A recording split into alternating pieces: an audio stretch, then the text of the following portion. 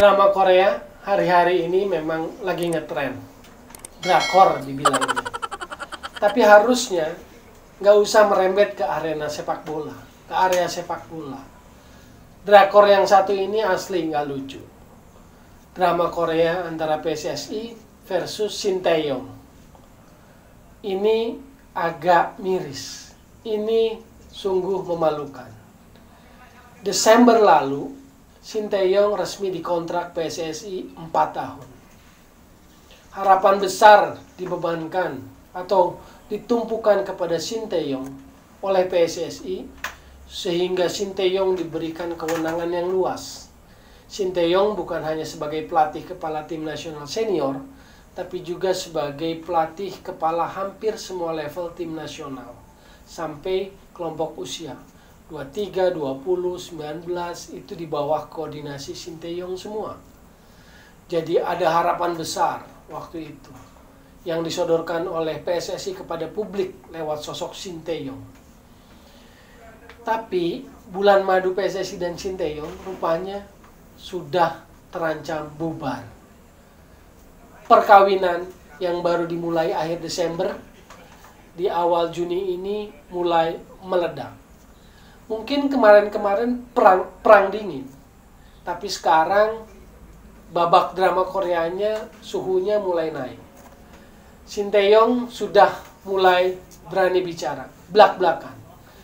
Ke media domestik di Korea Selatan, Sinteyong sudah terbuka. Dia menyebutkan kekecewaannya kepada komitmen PSSI yang dianggapnya tidak sesuai. Omongan tidak sesuai kenyataan. Mulut manis tidak sesuai implementasi. Itu sepertinya yang dikeluhkan oleh Sinteyong. Dan kenapa saya sebut belak-belakan? Karena sudah eksplisit. Dalam pemberitaan-pemberitaan media online 1, 2, 3 hari belakangan ini disebut PSSI muka 2. Lalu dia juga menyinggung nama-nama seperti Ratu Tisa yang mundur sejak April lalu. Dia juga mengungkapkan ketidakakurannya dengan Indra Syafri. Ada keheranan dalam dirinya. Dan juga sekarang dia merasa omongan Ketua Umum PSSI tidak sama seperti ketika pertama kali dia bicara tentang visi misi waktu itu mungkin di bulan Desember. Jadi menurut saya ini sudah sangat terbuka, sudah sangat belak-belakan. Nah, kalau PSSI dengan Sinteyong sebagai orang yang diberi kepercayaan untuk menangani timnas sudah tidak akur, kira-kira harapannya akan seperti apa? Bayangkan, waktu Sinteyong mengungkapkan kekecewaannya, mengungkapkan ketidaknyamanannya, respon di sini, respon PSSI membentuk Satgas. Pakai logika aja. Kira-kira Satgas ini akan menyejukkan atau akan membuat situasi menjadi lebih runcing. Satgas nggak lazim dalam dunia sepak bola, termasuk di PSSI. Sejauh ini, selama ini biasanya yang menangani tim nasional ada badan khusus, badan tim nasional. Harus diisi oleh orang-orang teknis maupun juga orang-orang administrasi. Sehingga kemudian pelatih tim nasional bisa dibantu, disupport, didukung. Berpikir bersama-sama merancang program tim nasional. Itulah hakikat dulu badan tim nasional.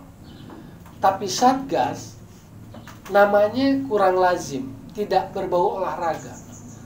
Bukan berbau sporting, tidak akrab, tidak familiar dengan telinga sepak bola. Jadi dan dari pernyataan-pernyataan yang muncul di media, tugasnya memantau, mengawasi. Ini pasti akan bikin Sinteyong tambah nggak nyaman dengan situasinya. Apalagi terakhir permintaan untuk TC pelatnas di Korea Selatan kan ditolak oleh PSSI. Jadi kalau lihat dramanya seperti ini, ujungnya akan apa? Akankah awal yang seperti ini, bulan madu yang segera berakhir, terus ujungnya akan menjadi baik? Terutama untuk timnas kita yang punya harapan besar di Piala Dunia U20 tahun depan. dan juga ada senior, agenda senior tahun ini.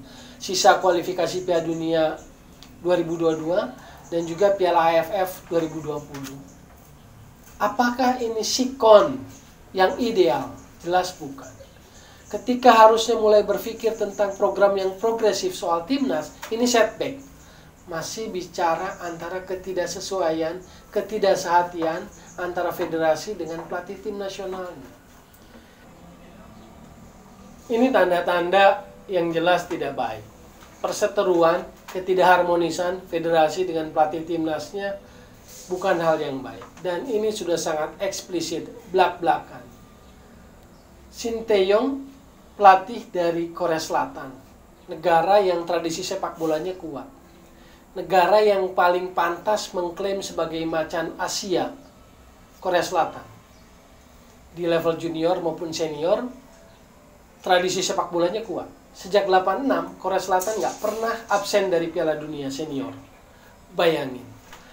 Dia juga sebagai pribadi punya pengalaman, punya reputasi yang mumpuni. 2010 juara Liga Champion Asia bersama klub Korea Selatan, Seongnam, Ilhwa Chunma. 2017 bawa timnas Korea Selatan ke Piala Dunia U20 sampai babak 16 besar waktu itu Korea Selatan. Setahun berikutnya promosi ke tim senior 2018, bawa timnas Korsel ke Piala Dunia Rusia 2018. Yang monumental kan Korea Selatan mengalahkan Jerman. Jadi, kalau sosok pelatih dengan pengalaman di belakangnya seperti itu, dan ngomong belak-belakan, ketidaksukaannya, ketidaknyamanannya, menyebut nama orang dengan jelas, ini ujungnya bakal apa? Saya takut benar, tapi semoga saja salah. Semoga salah, saya berharap dugaan, prediksi saya salah. Saya beranggapan bahwa hubungan perkawinan PSSI dengan Shin Tae-yong ini akan berakhir. Ini suasananya sudah tidak kondusif lagi. Untuk target tim nasional yang begitu besar, dibumbui dengan hal semacam ini memang sungguh berat. Shin Tae-yong bukan pelatih kaleng-kaleng. Dia tahu konsekuensi, dia paham resiko, dan dia tahu betul apa yang dia ucapkan dalam wawancaranya dengan media Korea. Jadi kalau itu berdampak, itu menurut saya sudah ada dalam kalkulasi perhitungan dirinya. Satgas belum tentu mengadamkan situasi. Jadi, sekali lagi, semoga saya salah. Perkawinan PSSI dan Shin Tae-yong ini mungkin akan berakhir. Nah, kalau ini berakhir, kalau drama Korea PSSI versus Shin Tae-yong ini berakhir, siapa yang jadi korban? Yang jadi korban adalah sepak bola Indonesia. Di saat ini harusnya memikirkan program yang progresif untuk timnas U20, persiapan Piala Dunia U20 tahun depan. Ini setback, persoalan pelatih, persoalan ketidaksesuaian federasi dan pelatih. Miris, memalukan, belak-belakan terungkap ke publik. Apa yang selama ini seperti di bawah air, seperti sekam, akhirnya muncul. Sekali lagi, semoga saya salah. Dan prediksi lainnya, sepertinya kalau Shin Tae-yong jadi putus hubungan dengan PSSI, dugaan saya, prediksi saya, pelatih lokal yang akan menggantikan posisi Shin Tae-yong, terutama di timnas U20. Sekali lagi, saya berharap kita semua bisa jadi solusi dan bukan polusi untuk sepak bola Indonesia. Gocek, Bung Toel.